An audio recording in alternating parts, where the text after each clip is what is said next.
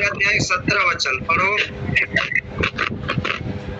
लोग पढ़ेंगे, वो माइक चालू रखेंगे, जिनका खरखरा रहा है माइक बंद कर दो। हाँ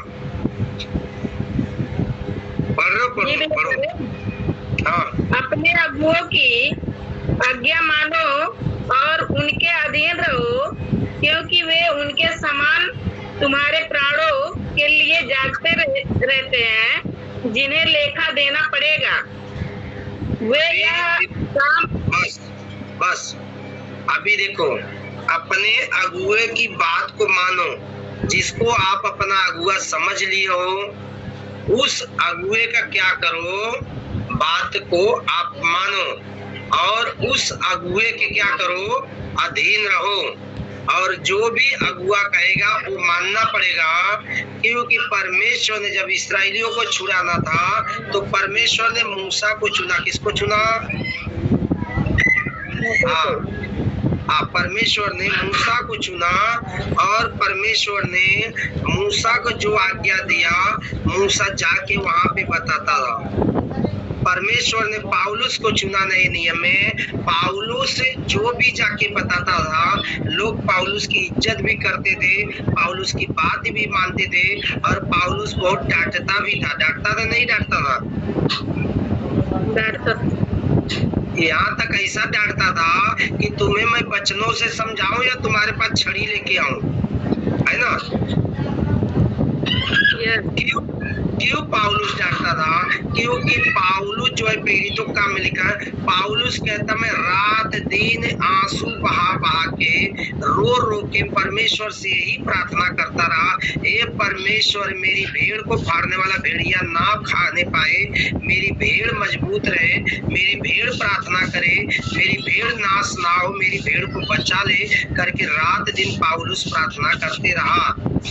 इसलिए यहाँ पे हम देखते हैं तो अपने अगुए की बात को मानो और उसके अधीन रहो, क्योंकि उस अगुए को लेखा देना पड़ेगा, उस अगुआ को हिसाब देना पड़ेगा।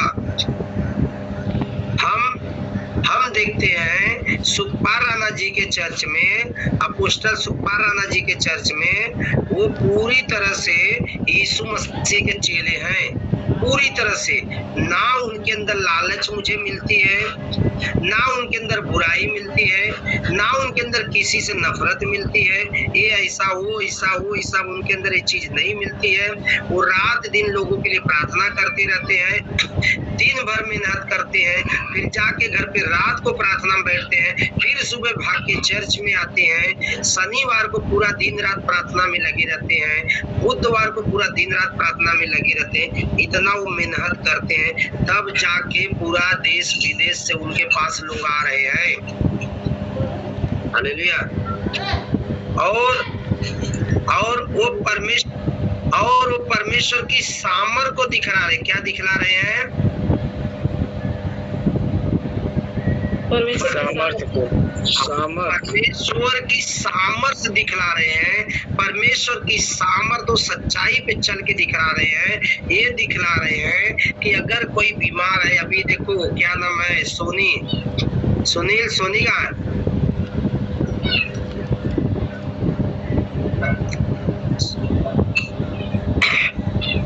देखो, वो सोनी उधर बैठी है, सोनी चर्च में आती, प्रार्थना में जाती है, और सोनी के अंदर 10 साल से दुष्ट आत्मा था, समझ गए।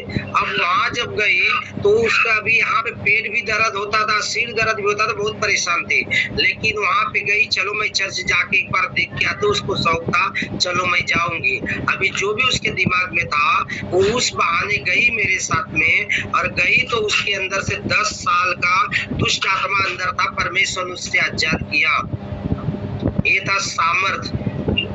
Hallelujah, hallelujah. ये था सामर्थ का काम, परमेश्वर के सामर्थ को उन्होंने दिखाया। और जब सामर्थ को दिखाया और जब वो लड़की चंगी हो गई, तो क्या अभी वो परमेश्वर पे विश्वास नहीं करेगी? करेगी।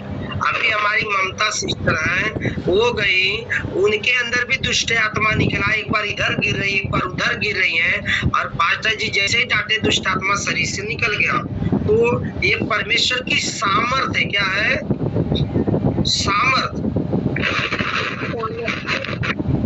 सामर्थ का क्या मतलब है? हमारा शरीर जो है डाकुओं का घोर बना है, हम चर्च में जा रहे हैं तो भी परेशान है, पास्टर रात दिन प्रार्थना कर रहे हैं तो भी परेशानी नहीं जा रही है। लेकिन जब यीशु का चेला मिल गए तो यीशु के चेले के होठ से जो शब्द निकलेगा ना, वो भी शब्द जीवन को बदल के रख देता है।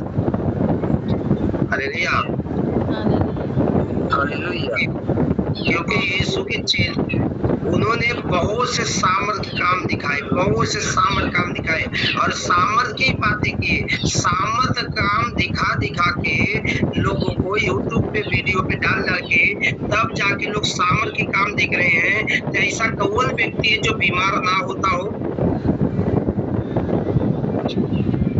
है ना? सभी बीमार होते नहीं होते हैं? जी भैया। तो जब बीमार होते तो उन्हें डॉक्टर की जरूरत पड़ती है ना? पड़ती है भैया।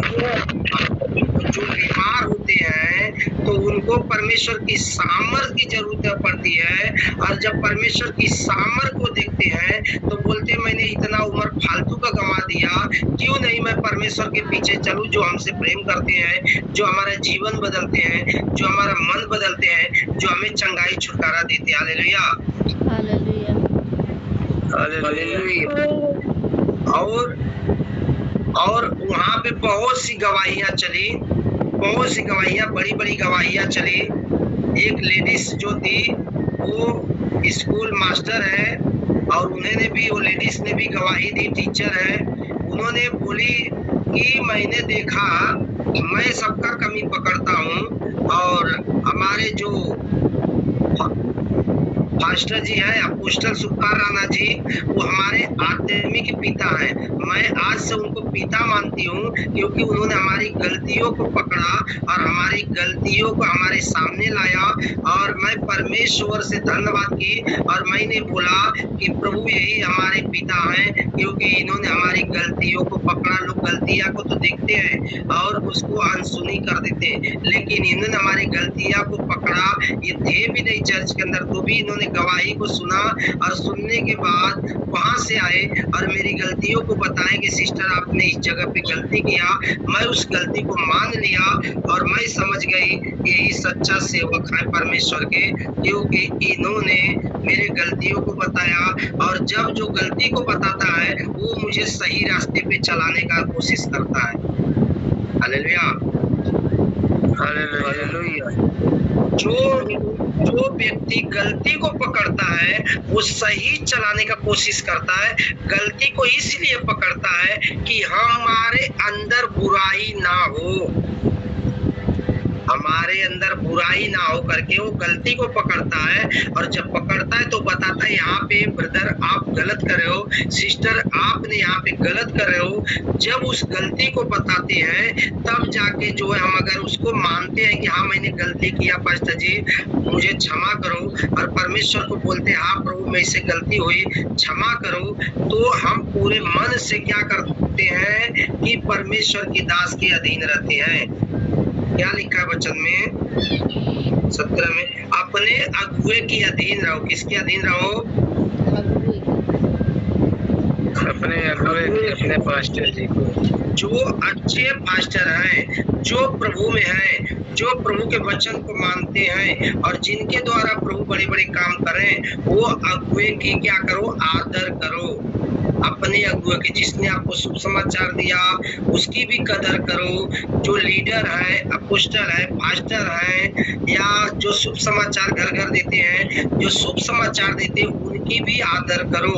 अगर वो शुभ समाचार नहीं देते तो हमारे पास शुभ समाचार नहीं आता, हम सच्चाई को नहीं जानते। अगर वो हमारे लिए दुआ नहीं करते, हमारी बीमारी नहीं जाती, हमारा हालात नहीं जाता। हो सकता है अगर आप शुरू में आए, किसी ने शुभ समाचार दिया, आप 1 साल 2 साल उसके साथ रहे, उसके बाद उसके पास टाइम नहीं मिल पा रहा है, वो कहीं और प्रार्थना करे, औरों लोगों को देख रहे हैं, आप पे उतना उनका ध्यान नहीं जा रहा है।